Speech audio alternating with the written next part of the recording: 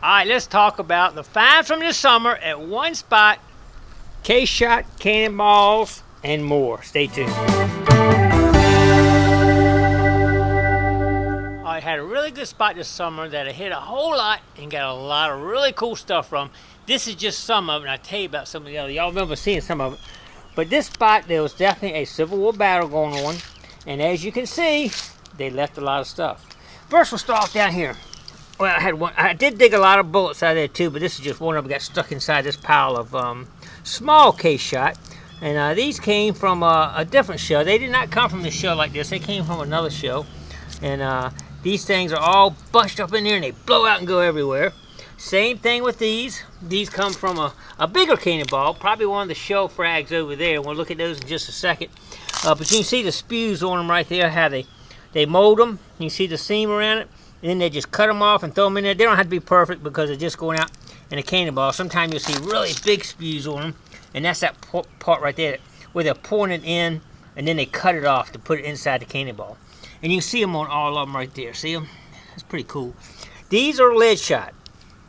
Now, these you don't have to do anything to because they won't rust, they won't deteriorate or anything. Same thing with these. These are lead shot. I don't have to keep these in any kind of water or anything. But those over there I do, and I just took them out long enough to do this little video and take a couple pictures. This right here is the last cannonball I found in there. And it basically was on the bottom, just cracked open. As you can see, this is a piece of it right here. I got one in my electrolysis that we'll look at in just a second. Here's a couple of pieces of it here, and you see the K-shot still embedded in it right there. See that? That's pretty cool, isn't it? K-shot still in it. That's stuck in there. I didn't have that in there. That's still stuck in there. I haven't cleaned that one out yet. And these are the K-shot that were loose that I kept. I'm keeping these separate because all this K-shot right here came out of this cannonball right here. Actually, they're all about the same. I guess they would come out of this could have come out of a Bowman cannonball too, because they look like they're about the same actually. Yep, they are. So this could have come out of a Bowman or another type of shell.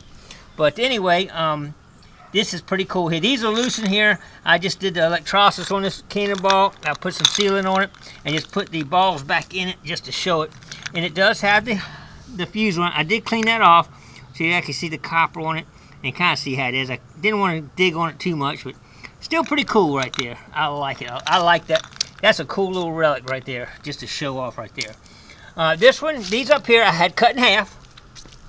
This is a K-shot, 12-pound Bowman K-shot cannonball.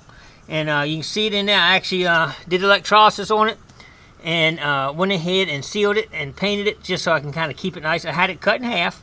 I have a guy up there that cuts these in half for me. And you can see it's pretty cool because when you see the inside of them. This is called a K-shot. This is called a common shell because I don't know why, but it's called a common shell. They would put 1 ounce of powder in this, and this would just be basically just to blast it open and come in at you like a shotgun, just tear it up in a small circle. Where this one had 6 ounces of powder in it, and this would actually explode and have fragments go everywhere to destroy something a little bit bigger and all. That's pretty cool too. I do have a solid shot too that I found before, but these all came from this one spot. Let's talk about these canister shots over here. Check these out. These are some big boys right here too. But if you can't tell on the video, this is heavy. This sucker's heavy. This thing's light as a feather. It's amazing. If they're buried deep, you don't lose the iron ions and they stay pretty heavy. But if it's exposed, the ions will come out and it gets light as a feather. That one would probably crack open as soon as I let it dry out, which we're not going to do. That one's super heavy. I should get a scale. Maybe I'll get a scale and weigh them just to show you. They're the same size, but they're a completely different weight. And I'm going to get my scale out. Same thing with this. This was light. This was heavy. Let me get a scale and show you that before we go any further. Stay tuned. All right, this is going to be amazing. I've never done this, but hopefully you can see those numbers on there. I can't see them on my screen here, but hopefully you can see them. We're going to start off with these two right here and look at the weight. They're the same size. Let's start off with this one right here first. Let's check it out. The weight on that one is 12.1 ounces. 12.1 ounces. Now, what do y'all think this was the weight? Oh my goodness, it took off on me. Okay, here we go, we got it. All right, 12.1 ounces. This is going to be amazing right here because I know it's going to be huge. 2 pounds, 7.6 ounces. Holy smoke. That is a huge difference, isn't it? That's crazy. Let's try one more just for the heck of it. We'll grab this one. This one's still pretty heavy too.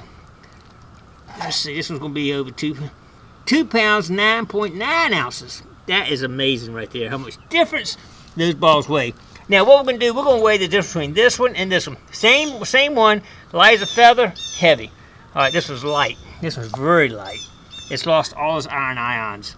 6.8 ounces. Man, this thing here will weigh over a pound probably.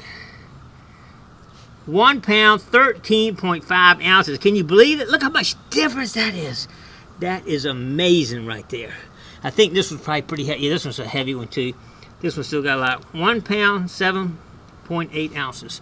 I mean, it just amazes me how much difference. That one's heavy, that one's heavy, that one's light, that one's heavy. You can just feel them and tell. This one's light. Let's just look at the difference between these two. That one and this one's the same size. All right, that one's 7 ounces.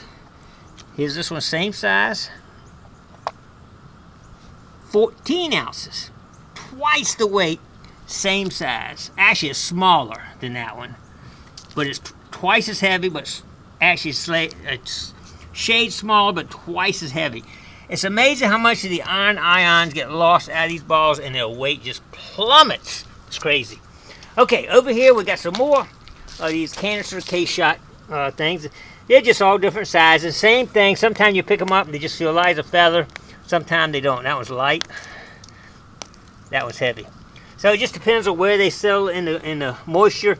Is they're buried in the mud or they are exposed to the seawater and they're just sucking the ions out of them. You see them when I get them that big for that little thing sometimes. Same thing with these. These are shell frags. And what these are, this guy right here is light as a feather right here. Yeah, this guy is way too light for what it should be. Let's just try one of these other ones here. Okay, look at this. This one's actually smaller than this one, but this one feels like a feather. This one feels heavy. Let's check these two, because this one's actually bigger than this one. So it should weigh, it would have weighed more, but it doesn't, trust me. All right, let's get this started up again. All right. This is the one that's super light right here. I mean, it is just light as a feather. All right, let's try it out, see what it weighs. 1 pound, 9.5 ounce. Now here's one that's actually smaller. 1 pound, 9 ounce. Look at this one. 4 pounds, 4.7 ounce. That much difference.